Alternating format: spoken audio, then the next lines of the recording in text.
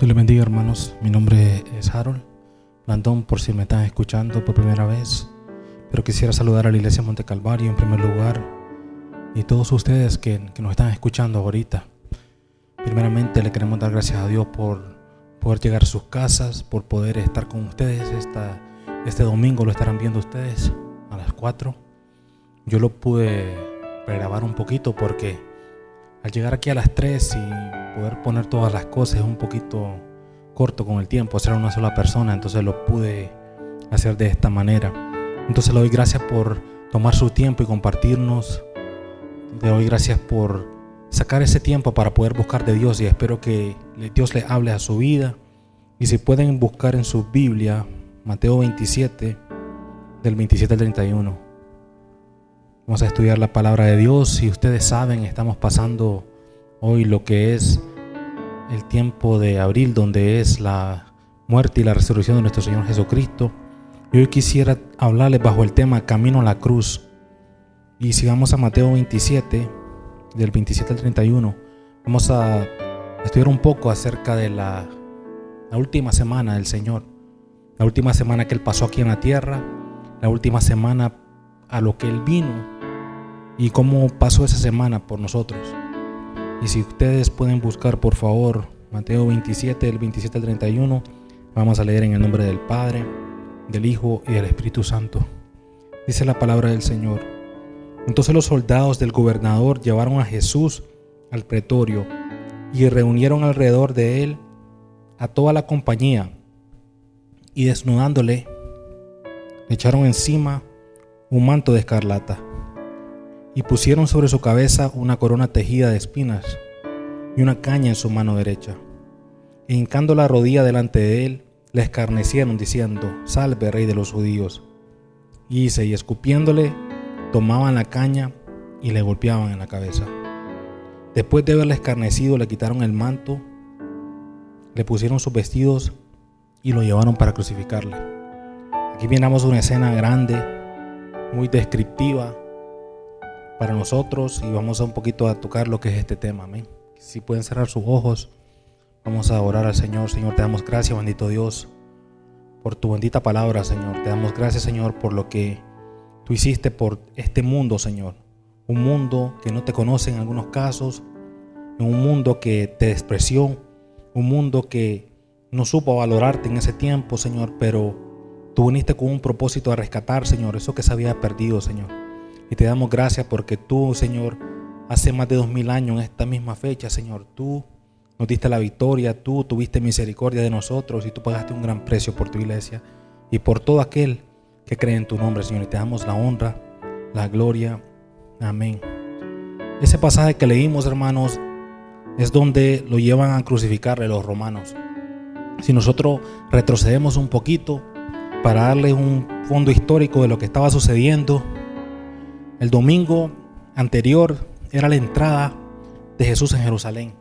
En ese tiempo, cuando Jesús venía entrando, Él había avisado a sus discípulos que tenía que ir a Jerusalén, que tenía que ir a Él a ir a ese tiempo donde Él iba a dar su vida a lo que Él vino, a su plan de redención, a su plan de salvación. Pero Él había anunciado que Él debería de morir por los demás. Y miramos una cosa grande que sucede en ese tiempo, que cuando Él va entrando, es en el tiempo donde tocó el pastor la semana pasada, donde estaban esperándolo con un burrito, y miramos que Él entró triunfalmente allí, y dice que la gente le puso las palmas, que es conocido como el Domingo de Palmas, y la gente le puso unas palmas, y Él iba caminando, y la gente le estaba diciendo: Hosana al Hijo de David.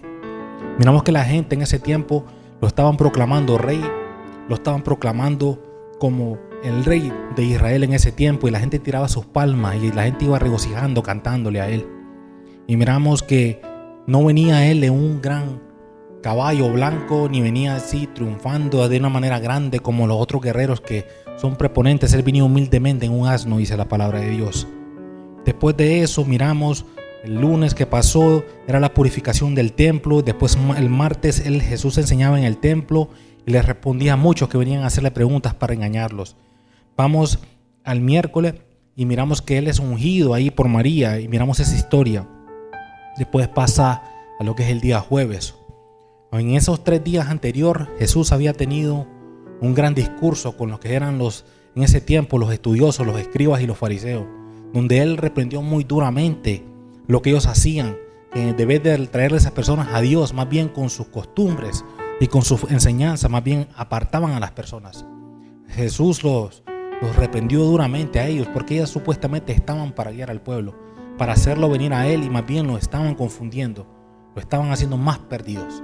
Les enseñaban enseñanzas de hombre. Y entonces miramos lo que fue el jueves, lo que era la última, lo que es conocido como la Santa Cena, que él instituyó en ese tiempo. Ahí es donde miramos una escena grande, donde él se reúne con ellos y le dice que él no va a volver a tomar el vino hasta que regrese, dice, el vino de la vid. Y miramos algo que pasa ahí, que miramos una escena donde supuestamente uno de sus discípulos, que era cercano y que tenía la tesorería en ese tiempo, llamado Judas, va y lo traiciona. Eso es lo que sucedió. Y el viernes donde viene es, entonces ese mismo jueves a él viene y le hacen el arresto de él. Viene la misma, lo que es que todo el día entero, donde vamos a ver que viene un juzgado, viene primero de los judíos y después viene de los romanos, y después va a él a hacer la crucifixión. Entonces quisiera tocar por qué ellos no querían a Jesús, si supuestamente estaban esperando al Mesías. ¿Por qué el mismo pueblo de Israel? Dice la palabra de Dios que a los suyos vino y los suyos no le recibieron. Pero a todos los que le recibimos dice que le dio potestad de ser hijos de Dios. Entonces ellos, ¿por qué? Si nosotros vamos al libro de Mateo 12:14, si vamos al libro de Mateo 12:14, aquí miramos el inicio de por qué esta gente lo comenzó a rechazar. Mateo 12:14. En una escena aquí miramos donde ellos estaban en el templo y dice que ellos estaban muy molestos. Cuando yo digo de ellos, eran los escribas, los fariseos, los herodianos en ese tiempo. Pero normalmente los fariseos y la gente que eran los sacerdotes que estaban acompañados en ese tiempo, el sumo sacerdote y todos los líderes religiosos, ellos estaban molestos con Jesús porque él sanaba en el sábado. Y dice, mira lo que dice, el 13, entonces dijo aquel hombre, extiende tu mano, y él extendió y le fue restaurada sana como la otra. Y dice el 14, y salidos los fariseos, tuvieron consejo contra Jesús para destruirle. Ellos estaban muy molestos porque Jesús sanaba. Imagínate, sanando a alguien en el sábado, que no era lícito trabajar en el día de reposo. Imagínate eso. Entonces estaban muy molestos, y de ahí dice, y salidos los fariseos, tuvieron consejo contra Jesús para destruirle. Imagínense un hombre haciendo una buena obra, pero si hubiera sido un pariente de ellos, o si hubieran sido ellos mismos, ¿cómo estuvieran ellos entonces? ¿Cómo estuvieran sus vidas? ¿No estuvieran alegres que lo sanaran? Y no era lícito, decía Jesús, hacer buenas obras el día de reposo. A unos reclamaba y les decía, si se les cae su buey o un animalito y no lo van y lo sacan del pozo, ¿sí o no? Entonces ellos tenían las creencias de Dios, pero en su mente, pero no en su corazón. Dios les enviaba que aprendieran lo que era misericordia, que hicieran el bien con su prójimo, pero ellos tenían un conocimiento solo en la mente, nunca en el corazón. Y miramos otra cosa, otra escena, donde dice que, si vamos a Juan 11, del 45 al 53, miren lo que dice aquí. Entonces muchos de los judíos que habían venido para acompañar a María y vieron lo que Jesús hizo, lo que hizo Jesús, creyeron en él. Aquí está hablando de la resurrección de Lázaro, donde era uno de sus amigos y él viene, y pasados los 3 días Jesús hizo un gran milagro donde él lo trajo de nuevo a la vida, donde él dice que él es la resurrección y la vida. Pero mira lo que dice, pero algunos de ellos fueron a los fariseos y les dijeron lo que Jesús había hecho. Entonces los principales sacerdotes y los fariseos reunieron el concilio y dijeron, ¿qué haremos? Porque este hombre hace muchas señales. Si le dejamos así, todos creerán en él. Y vendrán los romanos, dice, y destruirán nuestro lugar santo y nuestra nación. Entonces Caifás, dice, Caifás, uno de ellos, sumo sacerdote, que en el año les dijo, vosotros no sabéis nada, que en aquel año dijo, vosotros no sabéis nada, ni pensáis, dice, que nos conviene que un hombre muera por el pueblo y no que toda la nación perezca. Esto no lo dijo por sí mismo, sino que como él era sumo sacerdote aquel año, profetizó que Jesús había de morir por la nación y los hijos de Dios estaban dispersos. Así que desde aquel día acordaron matarle. Entonces miramos una escena aquí muy diferente. Miramos una escena donde la gente dice que uno debería morir por la nación. Uno debería morir porque ellos temían, porque al proclamar a Jesús como rey, porque ellos solo tenían un rey en ese tiempo y era César. Entonces ellos estaban bajo el imperio romano, habían perdido su independencia. Entonces al proclamar a Jesús como rey, como la gente lo estaba diciendo, al ver esos grandes milagros que él hacía, ¿qué iba a suceder? Que la gente iba a creer y iba a llamar a Jesús como rey. ¿Y qué es lo que iba a pasar? Que iban a venir los romanos y los iban a quitar, a hacerlos desaparecer. Entonces ellos no querían que le quitaran también, no solamente que Jesús, que vinieran y por medio de Jesús que le quitaran también sus tradiciones, porque él enseñaba no lo que ellos querían que enseñara, no lo que ellos habían hecho mandamientos de hombres. Entonces no le iban a enseñar a sus costumbres, porque bajo el viejo sacrificio Jesús iba a venir a quitar eso. Entonces para ellos era muy diferente la cosa que estaba sucediendo. Entonces mire lo que dice ellos. Así que aquel día acordaron matarle. Para poder ellos acordar a matarlo, tenían que buscar a alguien de cómo. Dice que la palabra de Dios que ellos estaban esperando a ver si lo encontraban y preguntaban por él, dónde estaba, qué se había hecho para poder atraparlo. Pero muchas veces ellos lo miraron en el templo y no lo arrestaron. Muchas veces lo miraron ahí y nunca le hicieron nada. Los trataban de engañarlo, hacerlo caer en algo. Una vez delante de ellos vinieron y delante de Jesús le enviaron unos herodianos, dice, y unos fariseos, unos escribas, y dice que trataron de engañar a Jesús con una moneda, diciéndole que dieran lo que, si era tributo, si era correcto dar tributo a César. Entonces estaban tratando de engañarlo y él le pidió una moneda y le dice que le dieran a César lo que era de César y a Dios lo que era de Dios. Y miramos que ellos se fueron sorprendidos, dice la palabra de Dios. No lo pudieran engañar, era el Hijo de Dios y no podían con él. Entre más trataban, pero no podían. No pudieron engañarlo a él. Voy a repetir lo que decía en Juan 11, del 45 al 53. Entonces muchos de los judíos que habían venido para acompañar a María vieron lo que hizo Jesús, creyeron en él. Pero ninguno de ellos fueron a los fariseos y les dijeron que Jesús había hecho. Y les dijeron lo que Jesús había hecho. Entonces los principales y sacerdotes y los fariseos reunieron al concilio y dijeron: ¿qué haremos? Porque este hombre hace muchas señales, y si le dejamos así, todos creerán en él.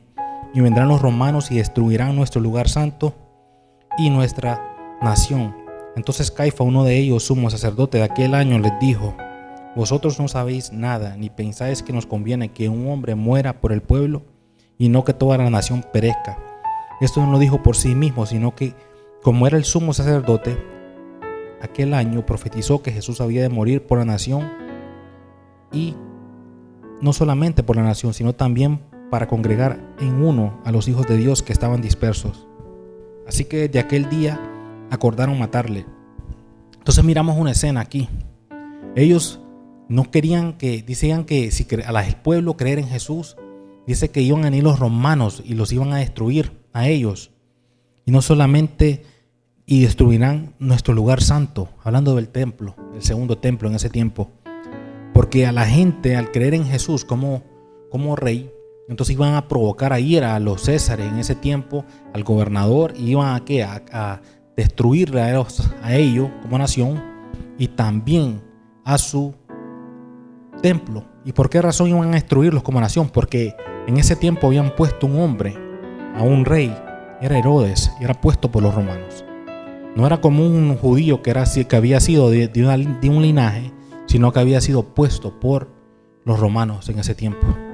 Entonces ellos estaban buscando más bien el bien de ellos mismos para conservar y seguir bajo el yugo, sino que no creerle a él, no creer a Jesús. Amén.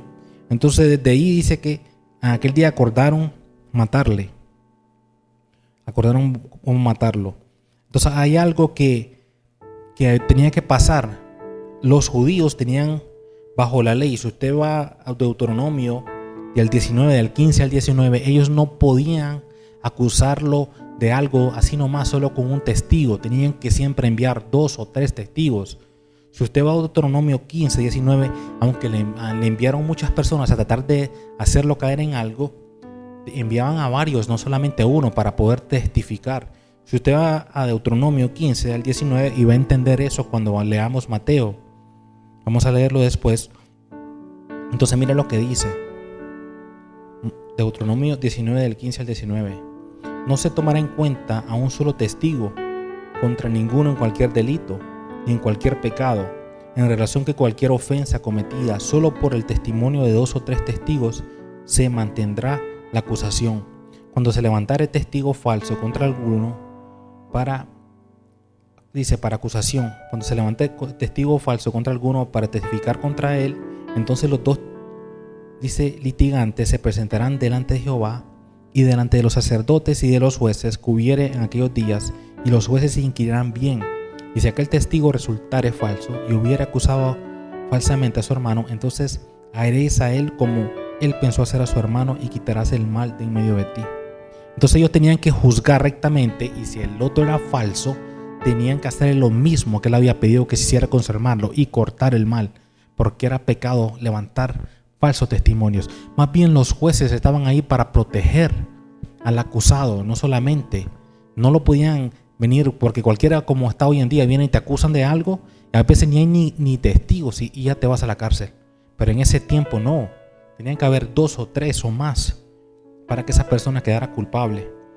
Y no solamente eso, los judíos en ese tiempo no podían ejecutar una sentencia de muerte, porque ellos habían perdido, como les decía antes, su independencia, habían pasado a ser una provincia romana. Después de eso vamos a ver por eso cómo lo llevan ante Pilato, el que era gobernador en ese tiempo. Miren lo que dice, si nosotros leímos acerca de Caifás, lo que dijo él en Juan 11:50, él dijo que él profetizó no de sí mismo, sino como estaba escrito, la palabra de Dios se cumple, no por sí mismo. Dice que él debería de morir por la nación. Amén.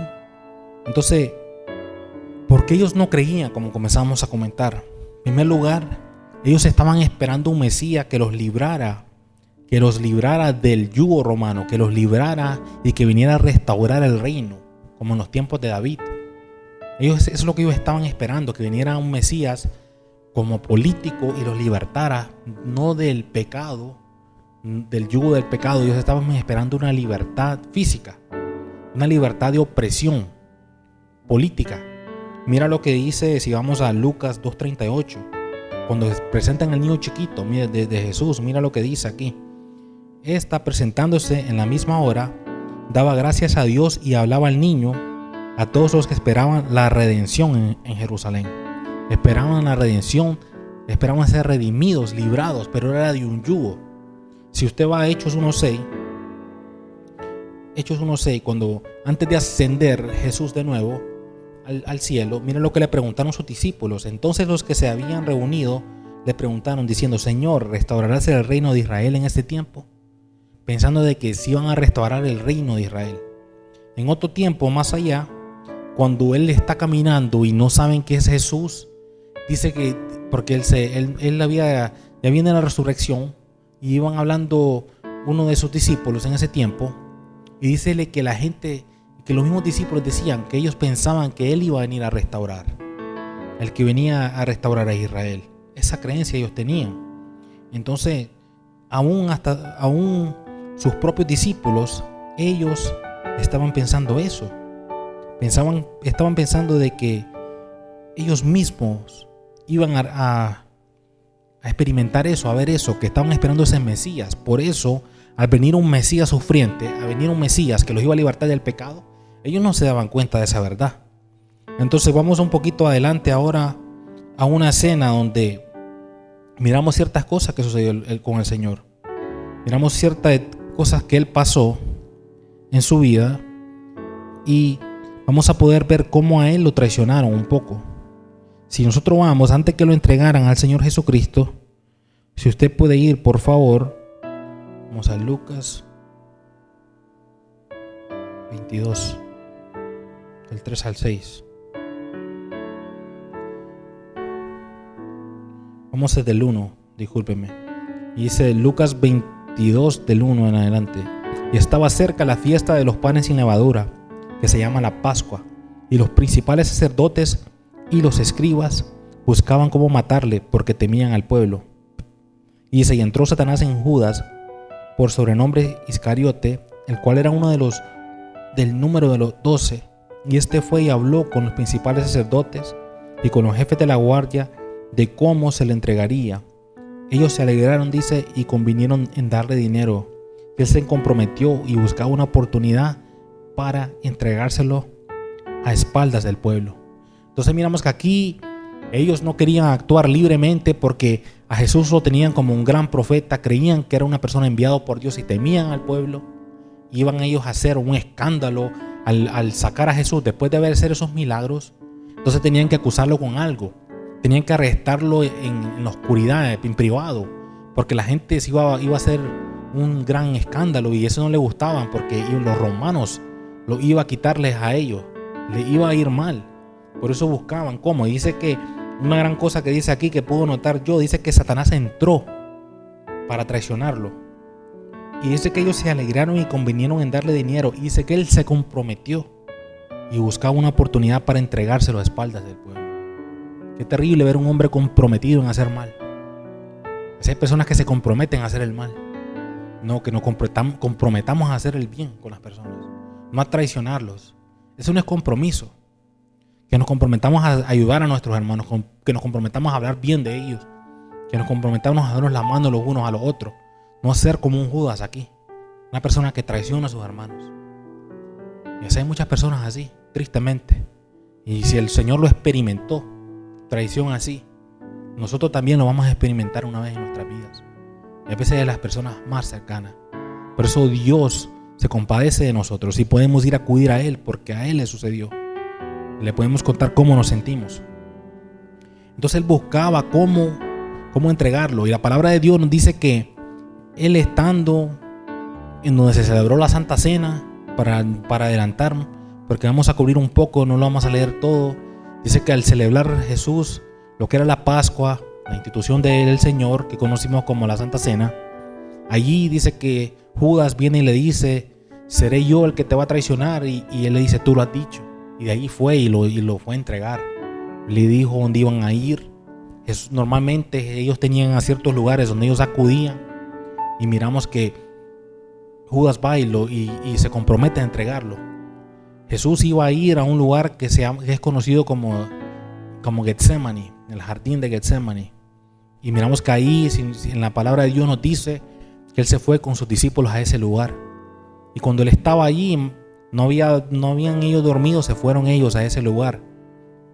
Y dice la palabra de Dios que los discípulos, cuando fueron allí, les habló ciertas cosas y unos se fueron a recostar. Y él llamó a 3 discípulos de ellos a que se fueran con él, porque él estaba agonizando, él estaba preocupado. Él quería, y le dice que les pide una cosa: que velen con él 1 hora, que se pongan a orar con él. Él necesitaba ese apoyo, necesitaba que estuvieran con él. Y la palabra de Dios nos dice de que ellos no podían velar. Vino y nos encontraba orando, dice, no orando, durmiendo más bien. Y así que miramos que eso sucedió varias veces, donde debería de encontrarlos, ¿verdad?, orando a ellos, y sucedió la segunda vez y nada. Y en esos momentos difíciles que el Señor nos necesitaba, no estuvieron ellos ahí. Entonces, como les decía, ellos se fueron al jardín de Getsemaní, y lo que sucedió en ese momento es que él les pide que velen con él 1 hora, y dice que los discípulos, 3 de ellos, no podían. Iba una vez y dice que volvía a la hora y los encontraba todavía durmiendo. Ellos fueron ahí como a la medianoche, vinieron de nuevo otra vez, otro tiempito más, y dice que en vez de estar velando con él, todavía los encontraba durmiendo. Y a la tercera que fue, él va a orar, dice que ya regresa, pero antes de eso dice que El Señor estaba me imagino, con todo el estrés del mundo, con tanta presión de lo que venía. Dice que Él comenzó a sudar sangre. Imagínate cuánta presión Él estaba, qué tipo de situación estaba Él pasando por su cuerpo y por su mente. Pero ahí dice que en esa etapa donde Él estaba ahí, en ese jardín, sucedió algo, que Él le pide al Señor que si es posible pasar esa copa de Él, ¿verdad? Que lo hiciera, o si no, que se hiciera su voluntad. Y a la segunda vez lo mismo, le pide eso, y a la tercera. Pero miramos ya después que le dicen que se durmieran, porque ahí vendría el que lo venía a traicionar. Amén. Y si vamos a la palabra de Dios, lo podemos encontrar ahí mismo en Lucas. Vamos a leer Lucas 22, del 47 al 48. Mira lo que dice la palabra de Dios, cómo es ese tiempo. Lucas 22, del 47 al 48. Dice la palabra de Dios: mientras Él le dijo antes en el 46, y les dijo: ¿por qué dormís? Levantaos y orad para que no entréis en tentación. Y el 47, mientras él aún hablaba, se presentó una turba, y el que se llamaba Judas, uno de los 12, iba al frente de ellos, y se acercó hasta Jesús para besarle. Entonces Jesús les dijo: Judas, ¿con un beso entregás al Hijo de Hombre? Viendo los que estaban con él lo que había de acontecer, le dijeron: Señor, ¿heriremos a espada? Y ahí miramos una escena donde viene Pedro y corta a uno de los siervos del sumo sacerdote, y Jesús le sana la oreja. Y le dice: el que mata a espada muere a espada. Y miramos otra cosa, de que después a él se lo llevan y todos salen, se dispersan, para que no sucediera algo que estaba escrito en la palabra de Dios, que ninguno de ellos perdió, que ninguno de ellos fue muerto en ese tiempo. Ahí Jesús estaba cumpliendo otra profecía. Pero aquí miramos que este hombre, Judas, vino y le dio un beso en la mejilla, y el Señor le dice: con un beso traicionas, dice, con un beso dice, entregas al Hijo del Hombre. Imagínate, supuestamente un hombre que es amigo tuyo, y esa era una manera de saludarse en ese tiempo, y vienes a entregarlo con eso. Me recuerda esa etapa, esa historia de David, cuando él viene y miramos al rey David, que con el propio hombre que él iba a matar envía la carta. Con el propio hombre con que él estaba haciendo daño a él, imagínate, él entregó su propia carta de muerte. Así me recuerda esta etapa donde esa traición también, donde era un hombre fiel a él, un soldado fiel a él, donde era el esposo de Betsabé. Y miramos aquí este hombre, de la misma manera, haciendo lo mismo, dándole un beso al Señor. Dice la palabra de Dios que nosotros mismos con nuestros hechos negamos al Señor. Cuando nos portamos diferente, nos comportamos como personas no cristianas, con nuestros mismos hechos negamos al Señor. Nos hacemos enemigos de la cruz, dice. Porque una persona que iba a la cruz, dice, el que no está dispuesto a ser mi discípulo, dice, el que no toma su cruz, dice, y se niega a sí mismo, no puede ser mi discípulo. Entonces, al ser personas que andan haciendo desobediencia, la palabra de Dios nos dice que negamos la cruz. Y miramos otra escena aquí que sucede, que a él se lo llevan entonces, desde entonces lo llevaron a él a presentarlo donde lo que era el primer juicio. Si nosotros vamos a la palabra de Dios, vamos a ir a Mateo 26. Mateo 26, del 57 al 68. Donde lo tengan ahí, un amén. Y aquí es donde lo van a comenzar. Ya viene lo que es la primera parte del juicio. Jueves en la noche vienen, esa gente estaban reunidos, dice. Mira lo que dice aquí. Dice que a donde estaban ya reunidos, imagínate, en mediodía, saber medianoche, lo que era, no. Porque acuérdense que él estaba ahí como a las 12 en el jardín, y esa gente lo llevaron ya a presentarlo y estaban reunidos. Dice que los que quieren hacer mal no duermen, dice, por hacer el mal. Y miramos lo que dice aquí. Los que prendieron a Jesús le llevaron al sumo sacerdote Caifás, donde estaban reunidos los escribas y los ancianos. Mas Pedro le seguía de lejos hasta el patio del sumo sacerdote, y entrando se sentó con los alguaciles para ver el fin. Y los principales sacerdotes y los ancianos y todo el concilio buscaban falso testimonio contra Jesús, para entregarle a muerte y no lo hallaron, aunque muchos testigos falsos se presentaban. Pero al fin vinieron 2 testigos falsos que dijeron: este dijo, puedo derribar el templo de Dios y en 3 días reedificarlo. Y levantándose el sumo sacerdote le dijo: ¿no respondes nada? ¿Qué testifican estos contra ti? Mas Jesús callaba. Entonces el sumo sacerdote le dijo: te conjuro por el Dios viviente que nos digas si tú eres el Cristo, el Hijo de Dios. Jesús le dijo: tú lo has dicho. Y además os digo, desde ahora veréis al Hijo del Hombre sentado a la diestra del poder de Dios y viniendo en las nubes del cielo. Entonces el sumo sacerdote rasgó sus vestidos y diciendo: ha blasfemado. ¿Qué más necesidad tenemos de testigos? He aquí, ahora mismo habéis oído su blasfemia. ¿Qué os parece? Y respondieron ellos, dijeron: es reo de muertes. Entonces le escupieron el rostro y le dieron de puñetazos, y otros le abofetaron diciendo: profetízanos, Cristo, ¿quién es el que te golpeó? Miramos una escena terrible aquí. Como les había dicho que ellos necesitaban más de 2 testigos, y aquí vienen y dicen que Jesús viene y confiesa que él es Hijo de Dios. Y era una verdad lo que les decía, no era ninguna mentira, no era ninguna blasfemia. Y miramos aquí cómo comienza a padecer el Señor humillación. Comienza a padecer físicamente y dice que le escupieron. Imagínate al Rey de Reyes, Señor de Señores, al que creó los cielos, al que te dio la vida. Me imagino al primer hombre que para hacer barro desde de la tierra lo sacó. Vienen y le escupen, imagínate. Qué terrible, ¿verdad? Le escupieron el rostro y le dieron de puñetazos. Imagínate eso al Señor. Por ti y por mí. Le abofetaron y burlándose de él: profetízanos, Cristo, ¿quién es el que te golpeó? Qué terrible ese rey. No, por nada de este mundo yo quisiera estar en el lugar de esas personas. Por nada de este mundo, imagínate, y él muriendo por sus pecados. Pero qué falta de humanidad, qué crueldad. Ir a hacerle eso a un hombre. Imagínate qué tipo de personas eran esos, llenos del diablo, para poder hacer eso y burlarse de alguien. Y eran líderes religiosos. Eran personas que supuestamente tenían que guiar al pueblo, los ancianos, los líderes de Israel. Qué terrible, ¿verdad? Entonces ellos tenían que tener más de 2 testigos, pero miramos que ellos simplemente no podían ejecutar su sentencia.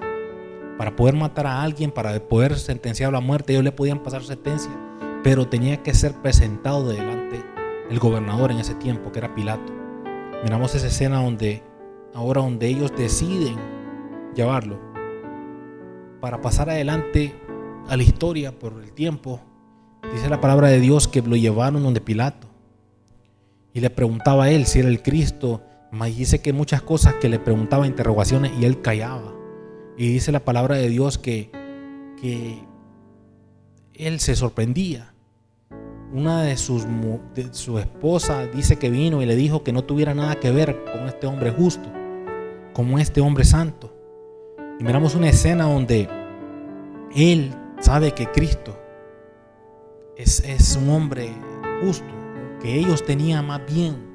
Sabía el mismo Pilato, porque lo relata la palabra de Dios, que ellos lo estaban queriendo condenar por celos. Lo estaban queriendo condenar nada más porque tenían celo de él, porque él estaba teniendo la admiración de las personas. Él se había vuelto más popular que las personas. La gente lo buscaba a él, tenía la capacidad de hacer muchos milagros. Se habían vuelto por celos.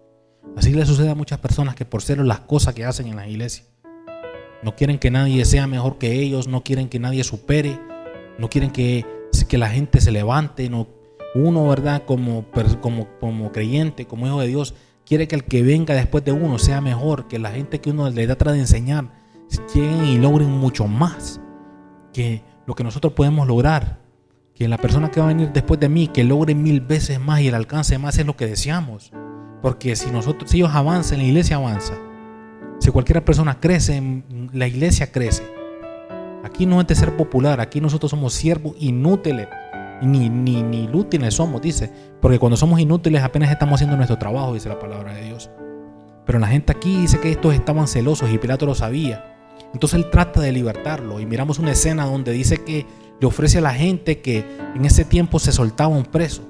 Y viene y le pide que suelten a Jesús o a Barrabás, y la gente loca viene y le dice: no, suéltanos a Barrabás.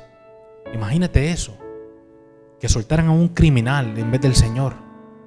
Y así hay veces nos pasa a nosotros, que nos piden que escojamos las cosas buenas, que son el Señor, que son Jesús, que son las cosas de Dios, y nosotros escogemos otras cosas. Nos piden que escojan el bien y escogemos el mal. Escojan venir a las iglesias, no, y escogemos andar vagando. Escojamos hacer cosas santas y más bien rechazamos a Dios. Y mucha gente se pregunta: yo no haría eso, pero lo hace cuando escoges otras cosas que a Dios. Así estamos siendo como esas personas que les escogen, nos presentan ir a la iglesia y no, preferimos ir a hacer otras cosas. Nos presentan ir a evangelizar a alguien, no, queremos hacer otra cosa. Y así estamos como ese mismo pueblo, escogiendo a Barrabás en vez de a Jesús. Y así nos pasa, y es tiempo de cambiar. Hoy muchas personas se arrepienten de no poder estar en una iglesia. Hoy muchas personas se arrepienten de no poder ir a la casa de Dios, de poder leer la palabra de Dios. Y un día va a llegar. Si ahorita usted está preocupado, espérese con las cosas que vienen. Esto no es nada comparado con lo que viene. Esto no es ni nada. Esto es como un masaje comparado con lo que viene en la palabra de Dios. Y tenemos que buscarlo a Él. Y así estaba esa gente. En vez de escoger al Rey de Reyes y Señor de Señores, escogió a Barrabás. Y él dice que vino y él se lavó las manos delante del pueblo. Y dice que la gente, y él le dice: yo me lavo las manos y no me van a culpar de su sangre. Y la gente vino y le dije: cúlpeme a mí, cúlpenos a nosotros y a nuestra generación, les dice. Imagínate lo que. Entonces mira lo que dice, que ellos dijeron que los culparan a ellos, que la sangre iba a ser sobre ellos. Imagínate, y sobre esa generación. Y dice Mateo 27-26. Vámonos a Mateo 27.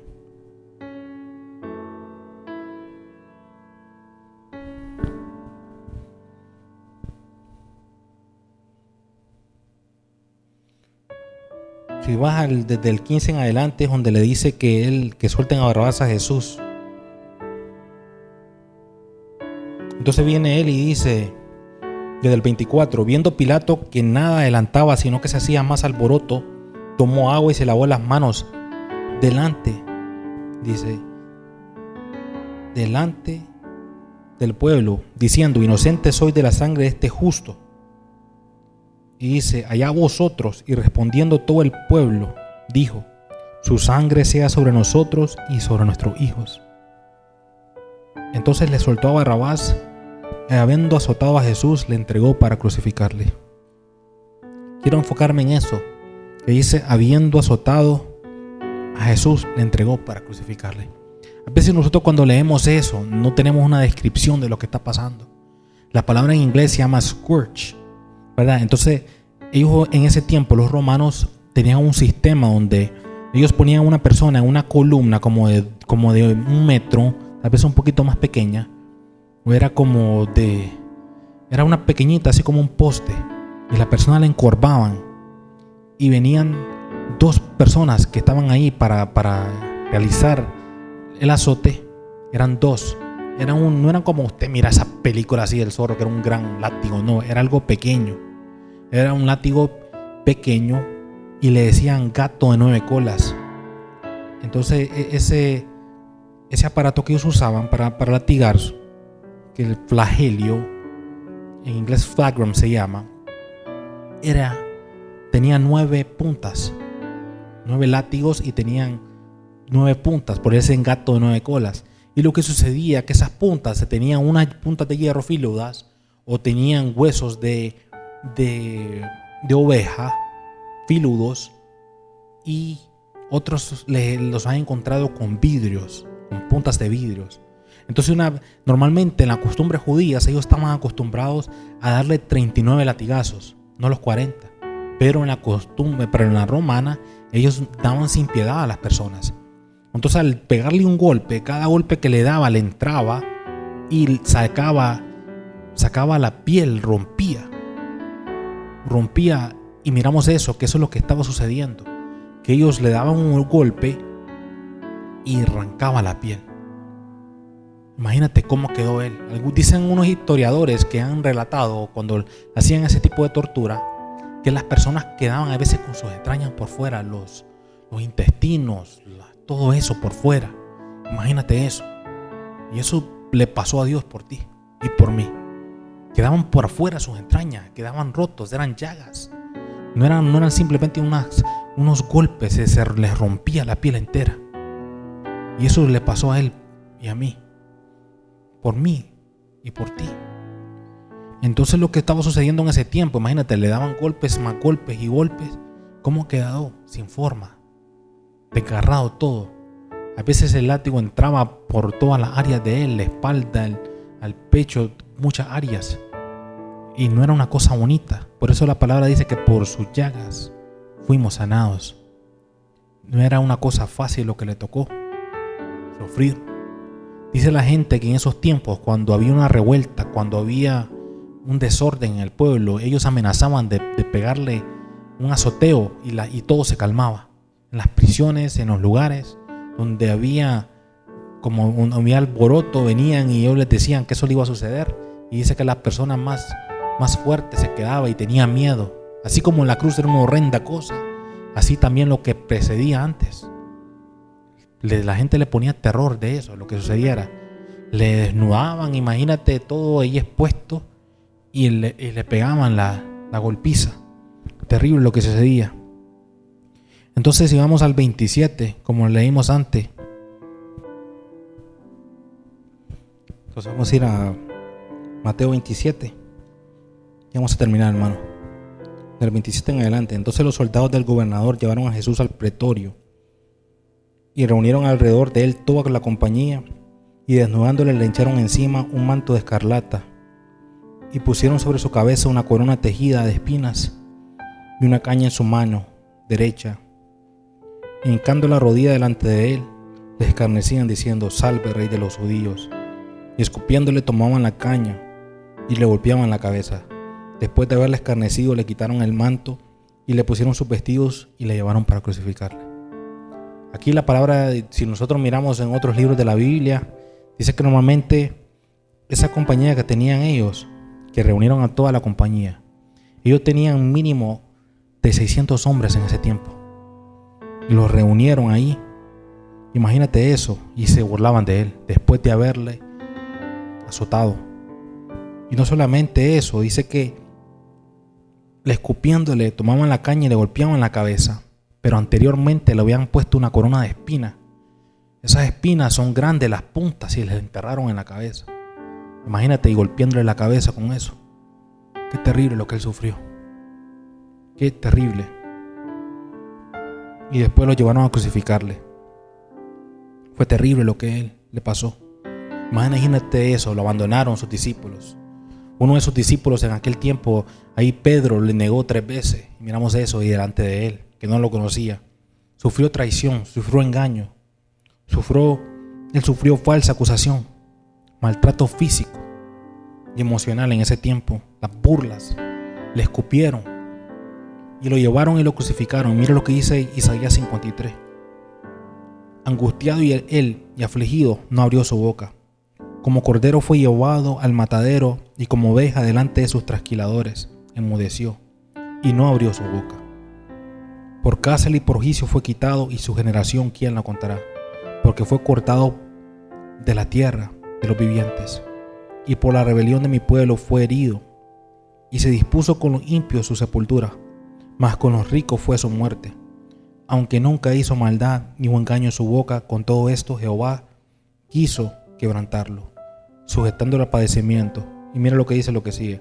Cuando haya puesto su vida por la expiación por el pecado, verá linaje, vivirá por largos días, y la voluntad de Jehová será en su mano prosperada.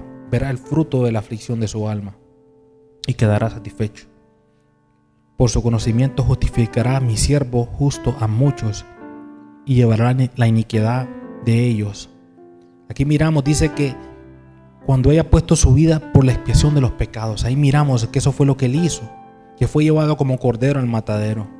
Delante de sus trasquiladores enmudeció y no abrió su boca. No abrió su boca cuando lo estaban golpeando. No abrió su boca cuando lo estaban azotando. No abrió su boca cuando se estaban burlando de él, cuando lo desnudaron y le escupieron, cuando tomaron sus ropas y jugaron por ellas, suertes por su ropa. Y Él lo hizo y lo soportó todo por nosotros. Imagínate, uno como hombre, que alguien viene y le haga daño a su hijo, y Dios viendo toda esta escena. El justo, imagínate, Dios viendo esa escena con su hijo. Después de pensar eso, lo que tuvo que pasar por nosotros. ¿Y cuál fue su crimen? Su crimen era decir la verdad, que Él era el Hijo de Dios. Si nosotros vamos a San Juan 19, del 17 al 22, mira lo que dice.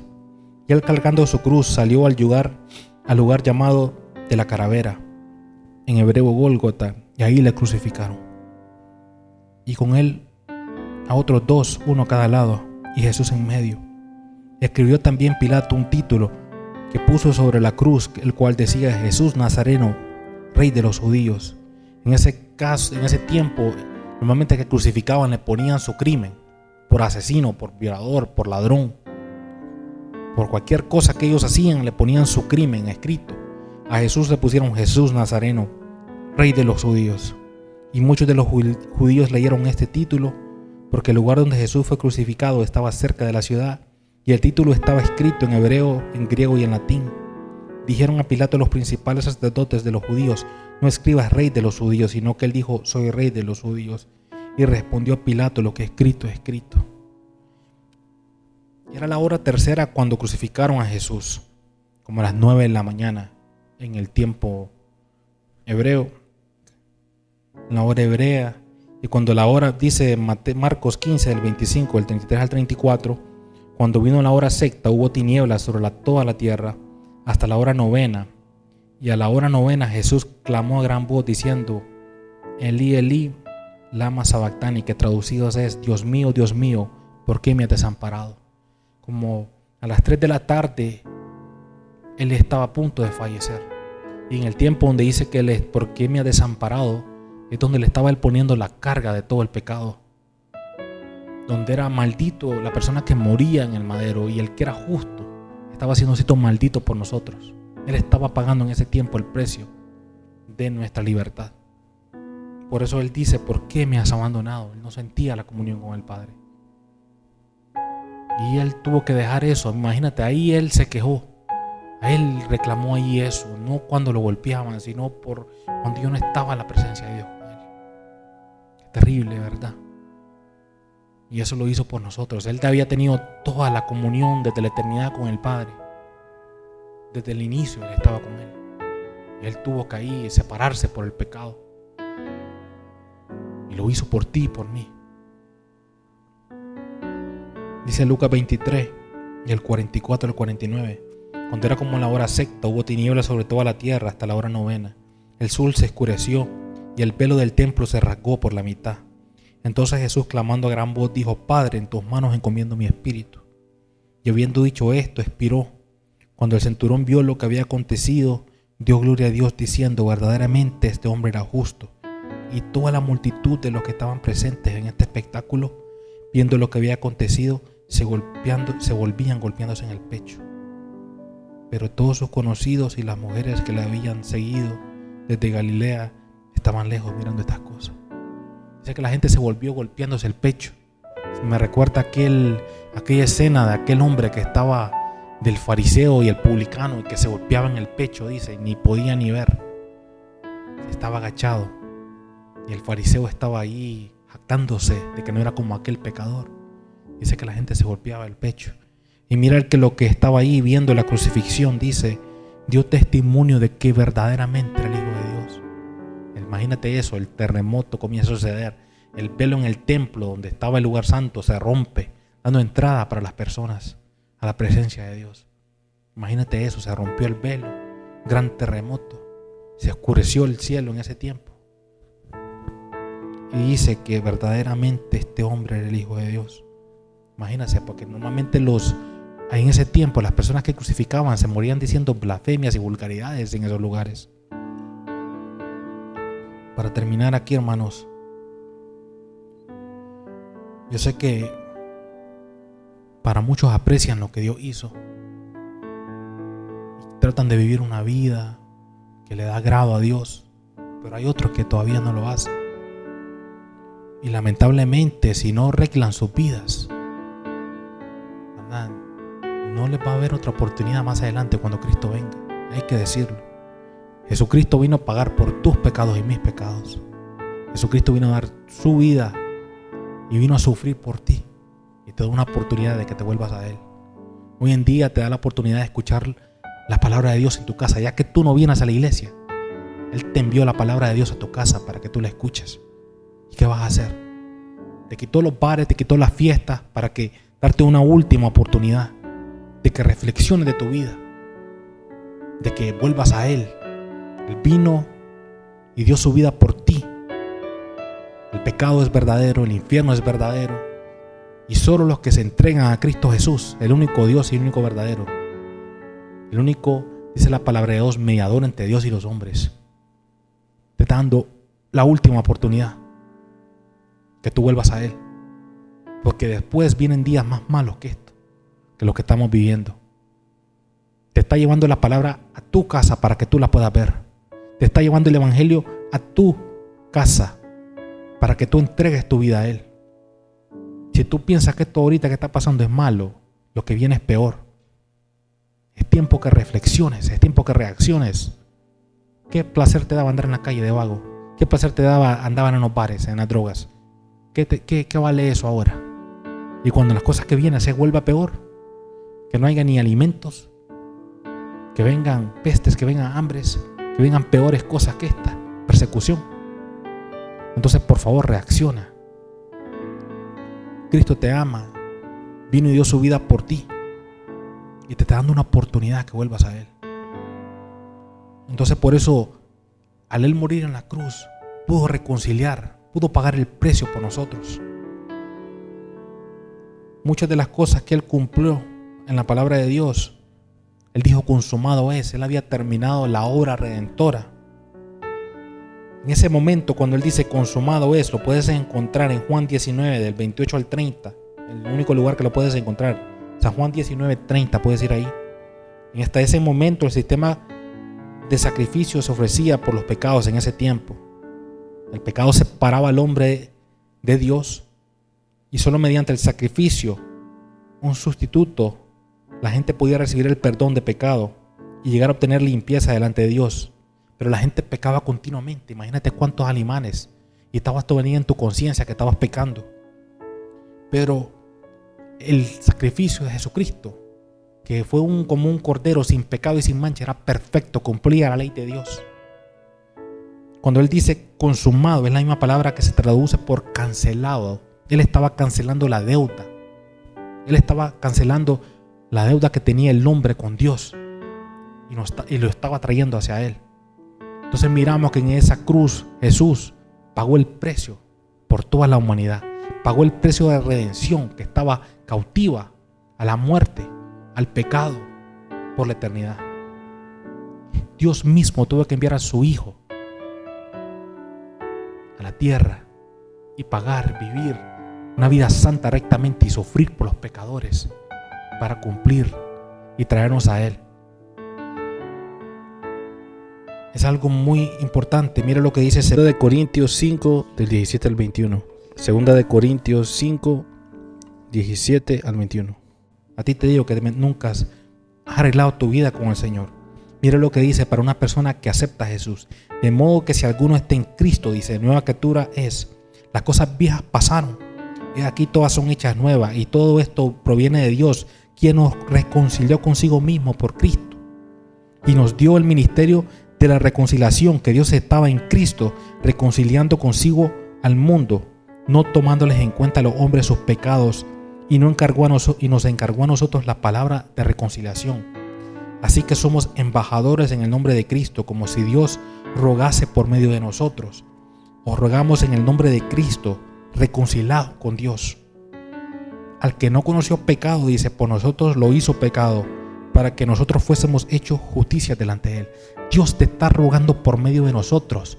Reconcíliate con Él para que no te pierdas en el infierno.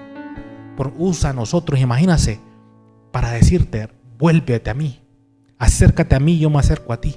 Dios está usando a las personas hoy en día para que la gente no se pierda. La palabra dice que Dios no quiere que nadie se pierda y que todos procedan al arrepentimiento. La palabra de Dios nos dice que Él no viene por su iglesia todavía porque está dándole oportunidad para que la gente vuelva, porque Él no quiere que nadie se pierda. Imagínate una eternidad en el infierno, una eternidad separado de Él. Él no quiere, eso no fue hecho para ti, sino para el diablo y sus ángeles. Pero está tú a escoger el bien. Él te está rogando por medio de nosotros. Yo te estoy rogando, ven a Cristo de nuevo. Restaura tu vida con Él. Si no las has restaurado, ¿cuántas personas aquí vienen a la iglesia y sus hijos perdidos en la casa? Perdidos en los bares. Eso no te trae nada bueno. Dios te está rogando, vuélvete a mí. ¿Por qué no va a haber oportunidad después? Esto no es un cuento, esto no es un juego. Yo tengo mejores cosas que hacer con mi vida aquí. Y vengo a decirte, rogarte, vuelve a Cristo. No quisiera pasar su tiempo con su familia, pasar su tiempo con los amigos, con las amistades. Pero damos nuestro tiempo para estudiar, para buscar de Dios, para que tú vengas a los pies de Cristo y entregues tu vida, reacciones. Todavía hay oportunidad, mientras hay vida hay oportunidad. Hoy tienes esa oportunidad. Pero la palabra también dice que no seas una persona que escucha y se te olvida lo que has escuchado. Que no rechaces, porque hoy es el día de salvación. No sabes si mañana algo te va a pasar. Hoy es el día de salvación. ¿Cuántas personas he conocido que tuvieron la oportunidad de entregar su vida a Cristo y ahora no están? Porque fallecieron. Pensaban que tenían mañana, pensaban que tenían pasado mañana. No, hoy es. Y al final de aquí vamos a orar para que tú vuelvas a Cristo. Entregues tu vida. Y para terminar, miren lo que dice Romanos 22 al 26. La justicia de Dios por medio de la fe en Cristo Jesús, en Jesucristo, para todos los que creen en Él.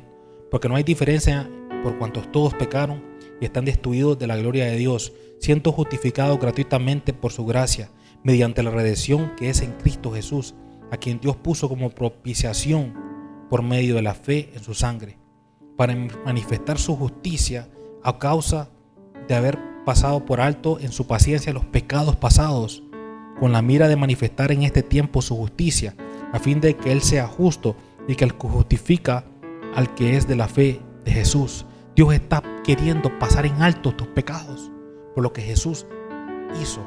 Y no solamente eso, dice que Él lo puso por propiciación, Él por sustituto de lo que habíamos de morir, que era nosotros.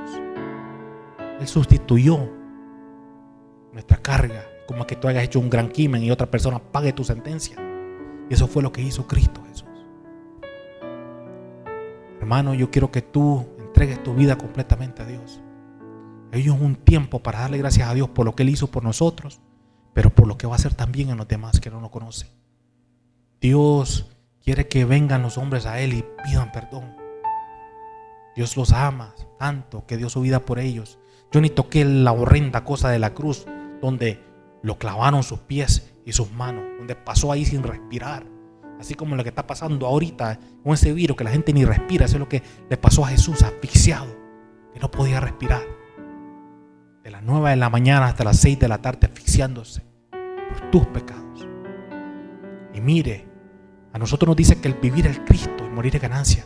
Si hoy en día tú falleces, mañana estás en la presencia de Dios. Mañana te vas con Él.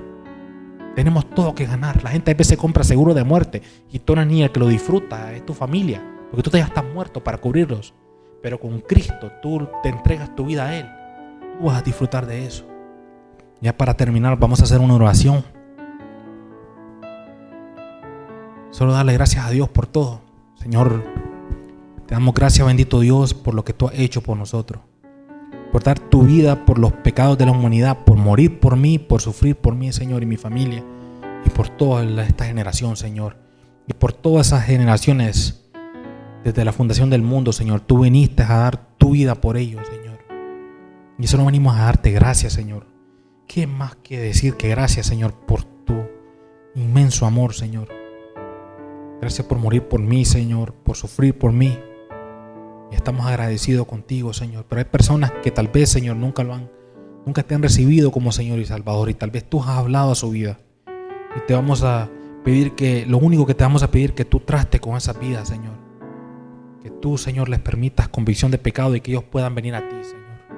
Y que un día, Señor, no muy largo de aquí, estas puertas puedan estar abiertas y este lugar lleno de tu presencia, lleno de tu gracia y tu favor, Señor. porque te anhelamos, Señor, y queremos alabarte, Señor. Queremos gozarnos en tu presencia. Nos estamos gozando en nuestras casas, orándote, buscándote. Nos queda tiempo para ayunar, Señor. Nos queda tiempo para leer tu palabra. Otros están paniqueándose allá afuera, Señor, pero nosotros pasamos agraditos de tus manos, Señor, y pasamos contentos, buscándote, buscando tu presencia, amándote, Señor, estando con nuestra familia, Señor. Y nos gozamos, Señor. Pero así, Señor, hay otros que quieren venir a la familia de Dios, y por eso te ruego, Señor, por los que nos van a escuchar, Señor, en internet, por los que nos van a escuchar en los videos. Yo por ellos te ruego, por la familia, Señor, de los miembros de la iglesia, Señor, que no te conocen o que están alejados. Es tiempo de volver. Es tiempo de volver a la iglesia. Tal vez alguien te hizo algo malo en la iglesia. Eso no es culpa. Es una culpa tonta. Es una excusa tonta para irte de la iglesia. No es una excusa para estar lejos de Dios. Es tiempo de volver a Dios. Es tiempo de arreglar tu vida con Dios. Es tiempo de volver a los pies de Cristo. No dejes que el enemigo te ponga esas mentiras y te digas cosas. No, que ahí solo son iguales. No somos iguales. Y hay personas que te aman y te quieren y darían sus vidas por ti. Así que si tú me estás escuchando, no todos los pastores son iguales.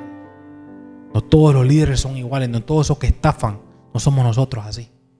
Hay gente que se pone así, todos los pastores no son así. Mentira. Hay gente que se preocupa por ti, ora por ti. Se preocupa, tal vez no todo el tiempo te lo dicen, pero están preocupados y están orando por cada uno de ustedes. Y quisiera decirte que es tiempo que des tu vida. Cierra tus ojos y repite esto conmigo. Y busca al Señor. Eso es lo único que te puedo decir. Lee su palabra, búscalo. Vamos a orar. Cielo, dile: Señor Jesús, te entrego mi vida. He sido un pecador, Señor, pero te reconozco como mi Señor y mi Salvador. Y te doy gracias porque tú moriste en la cruz por mí. Y tú resucitaste al tercer día. Y tú viniste a salvarme. Te pido que tú me llenes de tu presencia. Me permitas conocerte y caminar contigo. Y que nada me aparte de ti. Te lo pido eso en el nombre de Jesús. Amén. Que Dios me le bendiga, hermanos. Le doy gracias por estar con ustedes en sus casas. Le doy saludos a toda la familia de Dios aquí en la Iglesia Monte Calvario, a todas las personas que nos escuchan, hermanos. Si usted está pasando por momentos de ansiedad, momentos de preocupación, la palabra de Dios dice que nos acerquemos a Dios, que le dejemos saber todas nuestras ansiedades y las pongamos delante de Él. Él te va a cubrir, Él te va a guardar, nada te pasará. Y si algo llegara a suceder en su plan, tú te vas delante de Él. Pero Dios tiene cuidado de tu vida. Dios tiene cuidado de la mía. Así que yo le pido que sigamos orando, sigamos confiando en Dios y vamos a estar junto con Él. Pronto, Cristo viene pronto y es tiempo de arreglar nuestra vida. Gracias, hermanos, por estar conmigo en este día. Y el pastor va a tocar el próximo tema, lo que fue la resurrección. Y si Dios permite, el próximo domingo después de él vamos a tocar lo que fue Pentecostés. Así que él va a poder hablar de lo que sucedió en el tiempo de la resurrección. Lo estamos tomando por parte y te doy gracias por estar conmigo, siempre sintonizándote y buscando de Dios a través de estos medios. Que Dios te bendiga en este día. Espero que Dios te guarde toda esta semana. Y como decimos nuestro texto, ¿verdad? Jehová guardará mi salida, mi entrada desde ahora y para siempre. Y eso créelo, hermano. ¿Sabes que antes de irme, mire, ¿por qué le digo eso? Fíjese que me sucedió una cosa, que yo iba a ir a hacer tenía que salir a dejar unas cosas al junkyard donde se botan las cosas. Y ¿qué sucedió en ese momento? Que voy a prender mi camioneta. Como estaba usando mi carro, casi no usaba mucho la camioneta y no me prendía. Fue a traer un aparato que se usa para prender baterías, un cargador, y no me funcionó tampoco. Entonces llamé a mi tío Mario que me pudiera ayudar y él vino. Mario sabe, me ayuda con el carro y me hizo el favor de venir a poder prendérmela y me la prendió. Y entonces me pude hacer eso, ir a sacar unas cosas que tenía en storage donde uno guarda, ir a botar el carro. Y ¿sabe qué? A la vuelta, cuando ya venía de regreso, Mire, eso que sucedió ahí, que se me le fueron los breques manejando, no tenía breque la camioneta. Y si esas calles hubieran estado llenas normalmente como están, si no hubiera pasado este virus, yo hubiera ido a chocar. Ya está yo no sé cómo en Dios en su misericordia nos guarda, que me vine hasta la casa así, eso, ya antes de llegar como a 2 cuadras, 3 cuadras se me fueron, se me hundió el pedal. Imagínate eso. Entonces Dios lo guarda a uno cuando no es su día, no es su día. Tal vez no nos va a pasar con el virus algo, pero nos puede suceder algo saliendo de la calle o algo a la casa. Pero mire, Dios cuida de nosotros. Así que usted está en las manos correctas, es lo que le quiero decir. Cuando no es mi día, Dios quería que escucharas este mensaje todavía.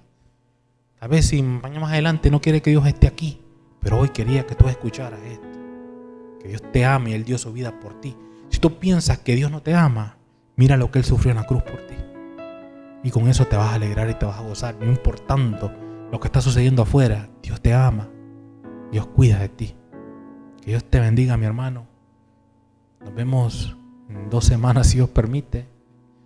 Y siga adelante, no hay nada que decirle. A todos los hermanos los quiero mucho, que Dios me los bendiga. Y aquí desde la iglesia Monte Calvario, un día vamos a estar aquí de nuevo. Pero vamos a estar alegres, vamos a estar gozosos. Vamos a estar aquí a rodillas adorando a Dios, porque Él es bueno. Te doy gracias, mi Dios, por este día y por toda esta gente que nos va a ver. Y hoy solo confía en Dios, hermano. Mira cómo están pasando los días. Confía en Dios. Y oremos por lo que está pasando en el país, oremos por los médicos.